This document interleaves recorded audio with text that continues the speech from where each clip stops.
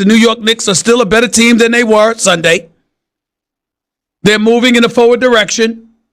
The level of prudency that they've exercised is not something that should be condemned, but that I still stand by what I stated. Two marquee superstars in the game of basketball, Kevin Durant and Kyrie Irving, chose Brooklyn over Broadway. We don't know of anybody in the history of any profession in the United States of America that has chosen Brooklyn over Broadway until now. They chose Brooklyn over Broadway. And we can elaborate and pontificate about the reasons as to why that may have been the case. But the reality is very, very, very simple. Brooklyn was chosen over Broadway. And as a result, the eye of New York basketball will be aimed squarely in the direction of the Barclays Center off Atlantic Avenue, at least for this upcoming season and in all likelihood for years to come. That is the reality. That is the inescapable fact. And as a result, we look at the New York Knicks and we're going to lament what they don't have. Nobody's saying they're not moving in the forward direction. What we're saying is that Madison Square Garden, the world's most famous arena, is devoid of a star during basketball season. The stars are going to be playing somewhere else. That's point number one. We'll get to that a little bit later. Point number two, back to Kawhi Leonard. It seems as if the Lakers may have the upper hand, but we're hearing that's not the case. Nobody knows. I can tell you this, and I've said this 2 days ago. I'll say it again. I don't know whether it's true or not. I have no idea. I don't know Kawhi Leonard. He doesn't really talk. Never rude. Always a gentleman.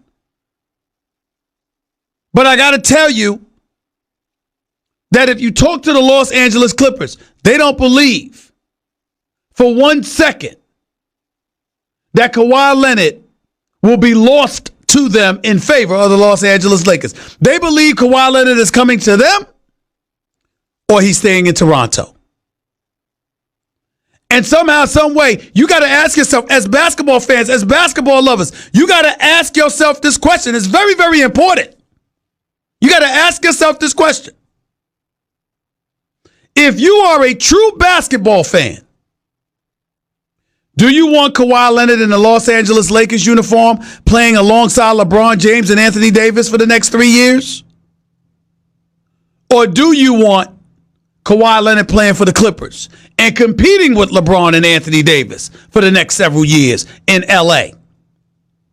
See, if from a ratings perspective, it's not great for basketball during the regular season because you got stars on the West Coast in the Western Conference, and obviously your ratings are going to be compromised because if you don't have those preeminent stars in the East, those 7:30 games in the East on the East Coast are not going to generate the level of interest that you would like.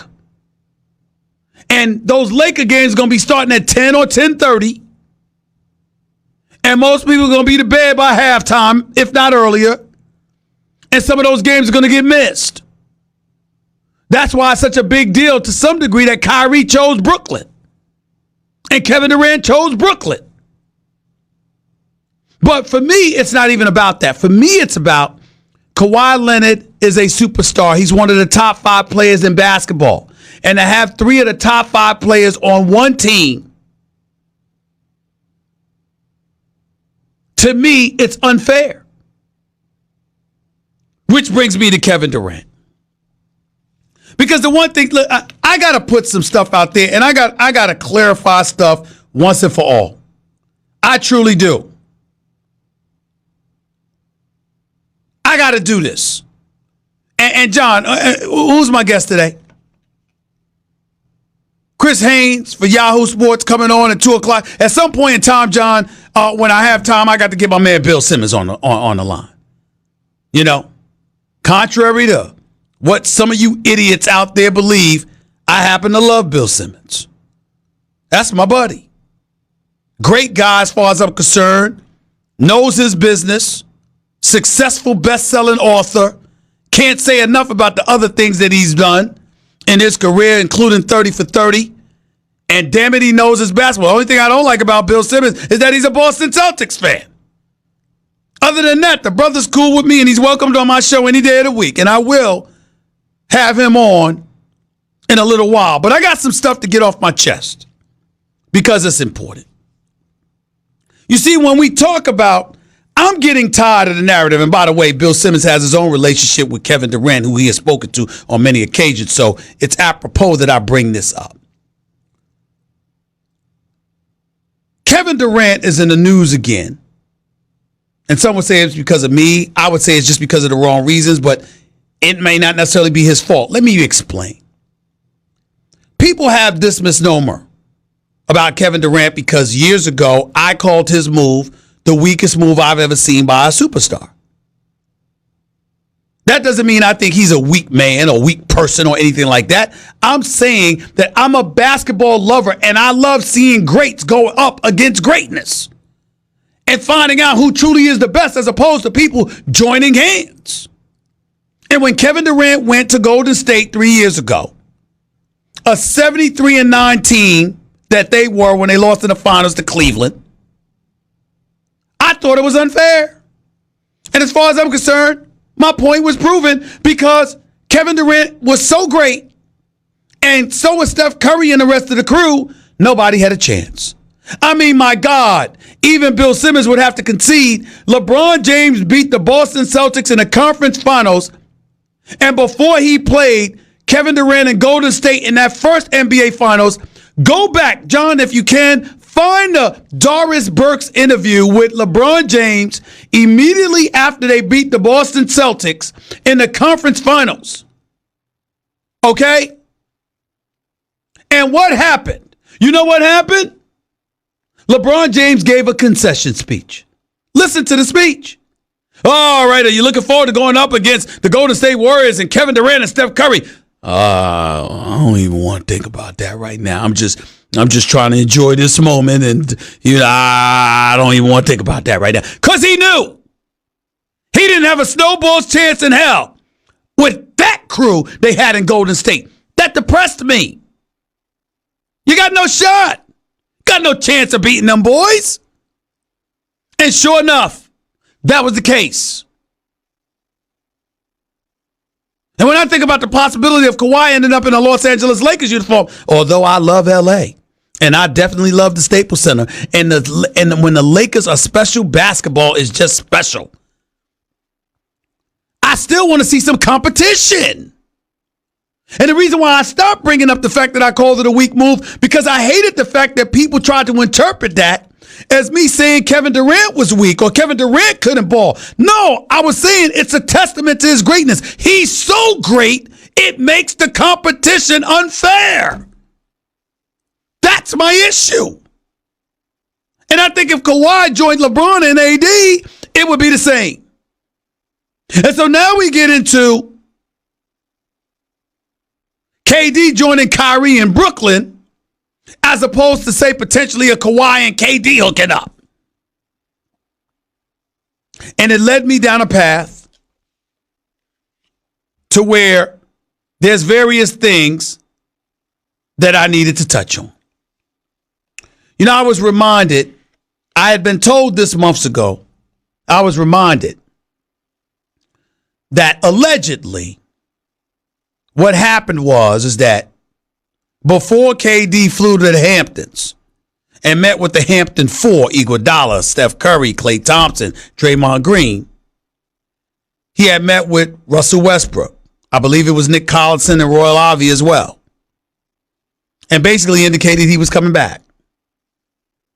Flew to the Hamptons, changed his mind, then text Russ instead of calling Russ. KD, in fairness to him, because I haven't spoken to him about this until after I said what I said, he's emphatically denied it, called the report BS. Let's make sure I'm clear. KD denies it, said it was BS. He didn't get into any specifics, but he didn't agree with what I reported. Fine. that somebody's lying on him. Actually, several people are lying on him. But that's neither here nor there. Now, some would ask, why would I bring that up years later? Because KD certainly asked that question. And here is my response. Because now that KD has gone to Brooklyn, there were actually people out there that were on the verge of trying to lie and circulate a report that he had promised the Golden State Warriors that he was going to stay and then decided to go to Brooklyn. He did no such thing. I don't need KD to deny that one. I can deny that for him because the numerous people that I spoke to emphatically stated within the Warriors organization, never once did he promise them he was staying and then left. He never did that. He never did that.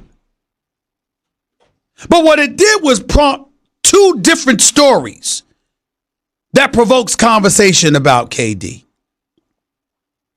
Why did he go to Brooklyn? Is he not concerned that he's looking like he's following Kyrie? And not only that, what was really the problem in Golden State? Just like people were asking what was really the problem in OKC. Because at this particular moment in time, understand, and I hope KD is listening to this, everybody want to know about you now. Because you're universally recognized as the greatest in basketball, one of the greatest players in the world. KD right now, to anybody that has sense, is a top 3 player on the planet Earth. He's laid up in bed somewhere probably, recovering from his Achilles tear.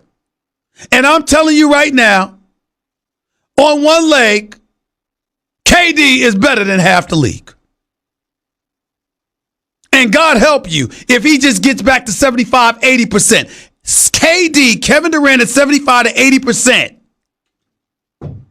will average 23 a game minimum. He's that good. He's that gifted.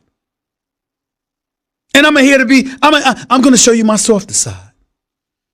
Because some of you out there don't believe that Stephen A got a softer side. Y'all just think it's about me with the kids because you know Stevie A love the kids. He sure does. And you assume because of that, I don't have a soft side when it comes to adults. I actually do.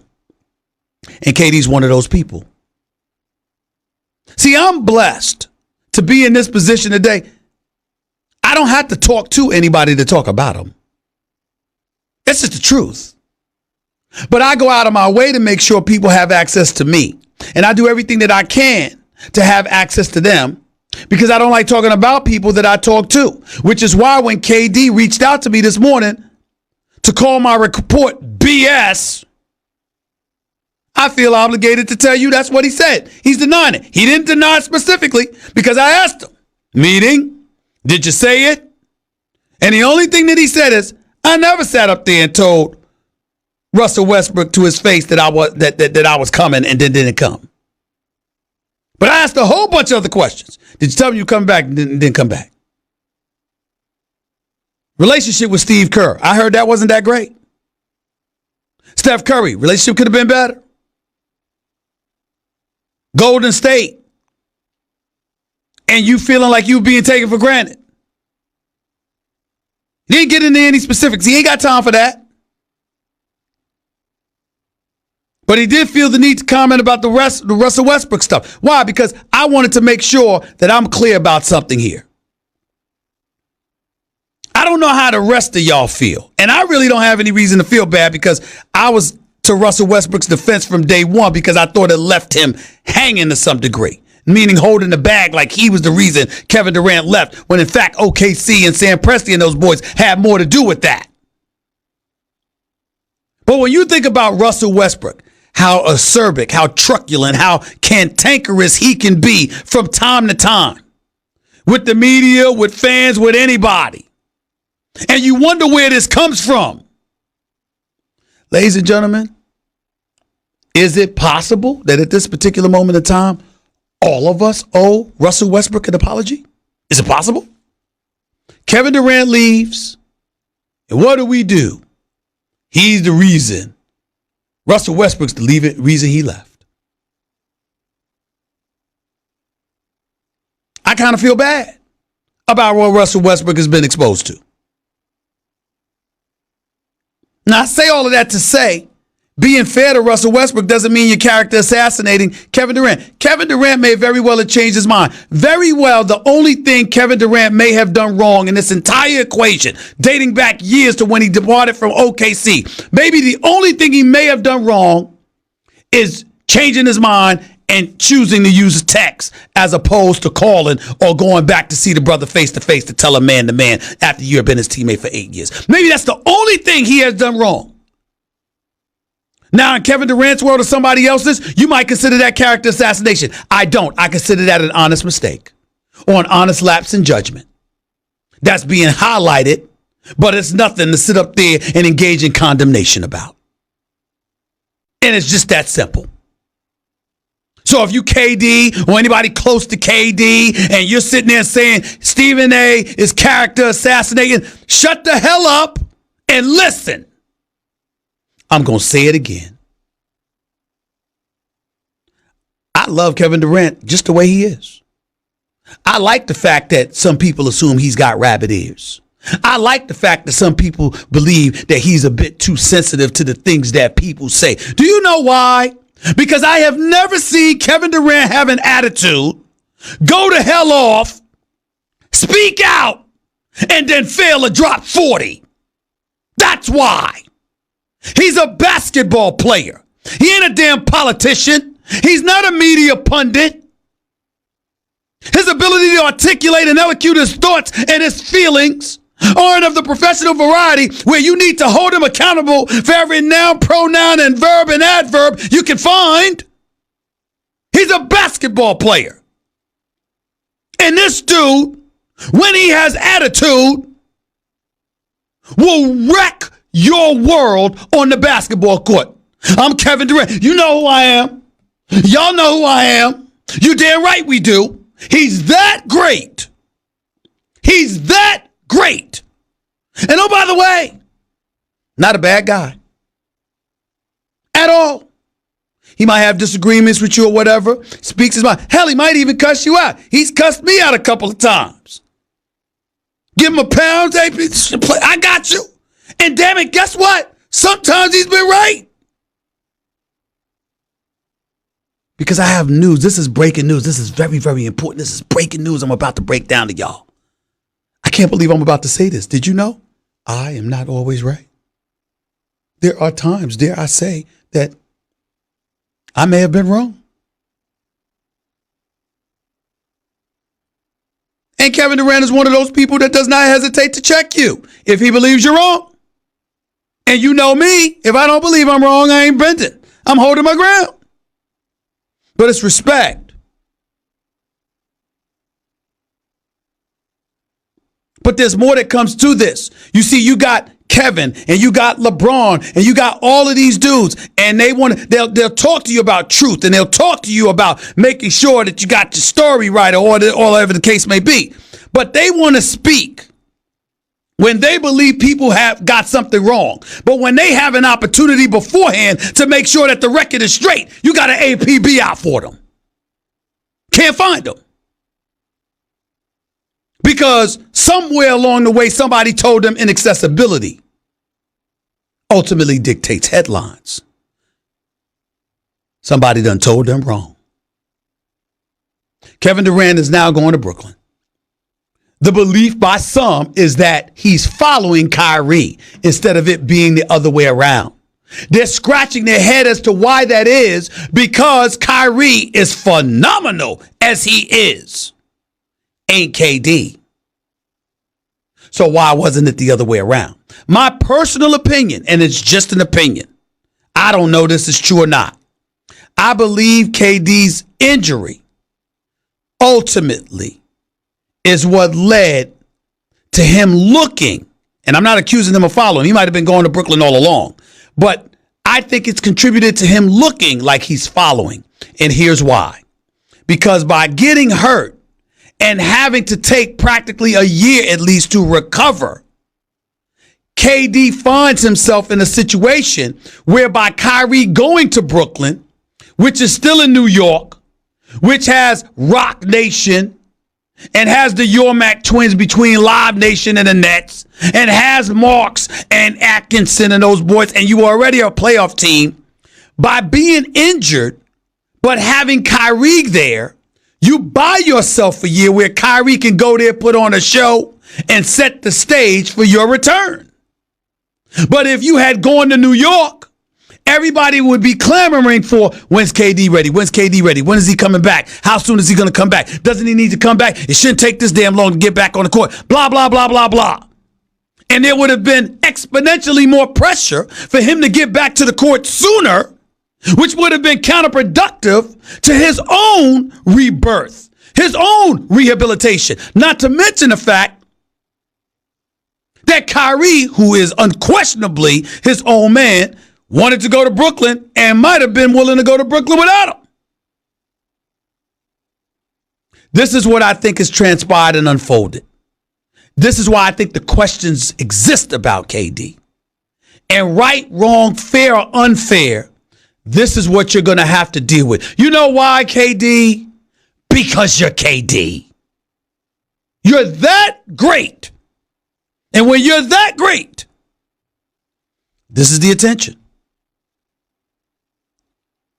A little bit of consolation, a little solace.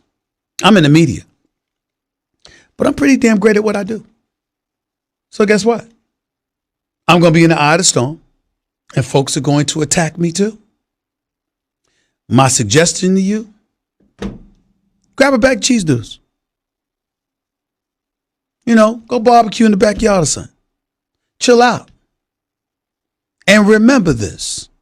Cat Williams said it best. If you got 15 folks hating on you, you should be mad it ain't 16. Celebrate it. Don't sweat it. Comes with the territory. With true greatness. 888-SAY-ESPN. That's 888-729-3776. That was Straight Talk Wireless. Everything for less, only at Walmart. We'll get back to the phone with your calls and everything else. Talking about KD, talking about Kyrie, talking about how things unfolded in Brooklyn and New York, and ultimately what happened in OKC years ago. What's happening with the Warriors? Why KD ain't there? Where do the Warriors go from here? The list goes on and on. Stick around. Don't touch that dial. You're listening live.